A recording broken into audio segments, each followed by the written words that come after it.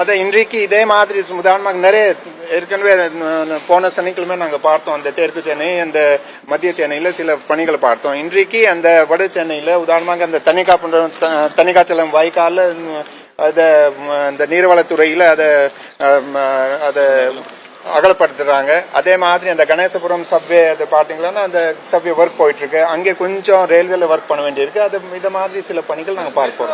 நிறைய நடந்துட்டு நிறைய தோண்டி வச்சிருக்காங்க. மழை வரும்போது அந்த பணிகள் நிறுத்தப்படும். மழை தண்ணி நிறுத்துச்சா தெரியாம போய் உள்ள விழுந்துடுறாங்க.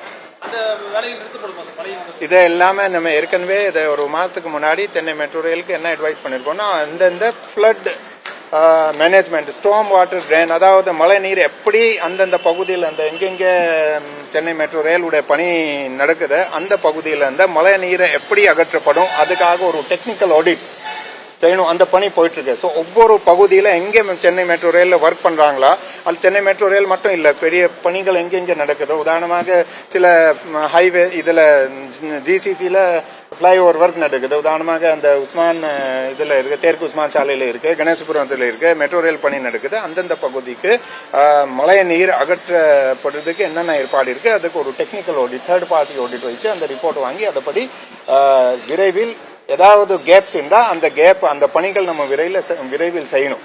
ஏன்னா அந்த ஃபுல்லாக மெட்ரோ ரயில் வேலைன்னா கொஞ்சம் டைம் ஆகும். ஆனால் அந்த வேலை நடக்கும் போது அந்த தண்ணீரை நம்ம எப்படி அங்கே இருந்து அகற்றப்படணும் அதுக்கு ஏற்பாடு பண்ணணும்.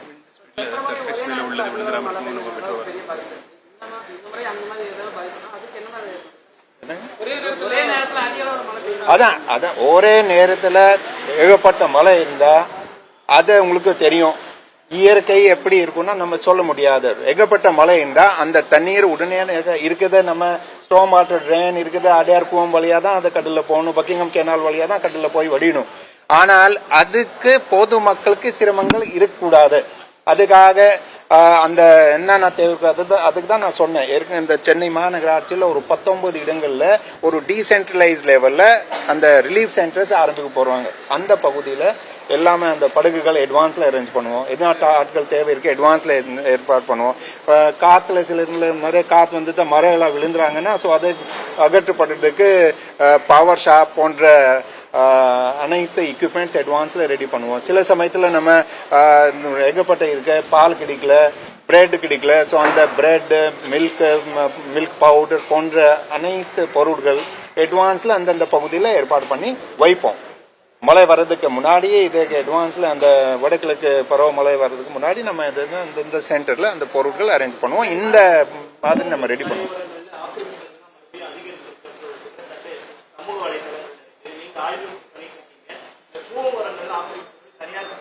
இல்ல ஏற்கனவே உங்களுக்கு தெரியும் கூவம் ரிவர் பொறுத்தவரையில ஏற்கனவே ஆக்கிரமிப்புகள் ஒரு சில பகுதியில் இருக்கு. அதுக்கு சில ஹைகோர்ட்ல சில கோர்ட் கேசஸ் இருக்கு. அதை தவிர எல்லா என்க்ரோச்மெண்ட் அதெல்லாம் நம்ம காலி பண்ணி 2 சைட்ல கம்பவுண்ட் வால் கட்டிட்டோம். ஸோ அந்த இஷ்யூ எங்கே ஸ்பெசிஃபிக்கா அது இருந்தா நம்ம அதை பார்த்துக்கலாம். ஆனால் அந்த மாதிரி இல்லை. இப்போ இந்த போர்ட் மதுரவாயில் போர்ட் பணி நடக்குது. அந்த ஃபிளை ஓவரோட ஒர்க் ஆரம்பிச்சிருக்காங்க நேஷனல் ஹைவேஸ்ல. அதுக்கு கூட தொடர்ந்து அவங்களோட பேசி அவங்க ஒர்க் பண்ணும்போது தண்ணீரை பிளாக் பண்ணக்கூடாது. அப்புறம் செப்டம்பருக்குள்ள அந்த இப்போ சில பிளாட்ஃபார்ம் மாதிரி போட்டிருக்காங்க அந்த பைல்ஸ் போடுறதுக்கு. ஆனால் செப்டம்பருக்குள்ள அந்த வேலை அந்த பைல்ஸ் எல்லாம் போட்டுட்டு அந்த டெப்ரீஸும் ரிமூவ் பண்ணி கிளியர் பண்ணும். ஸோ அதனால் அந்த தண்ணி போறதுக்கு எங்கேயும் இடைஞ்சல் இல்லாம அவங்க ஒர்க் பண்ணும். இதை கண்டினியூஸா கிருமிப்பு எல்லாம் நம்ம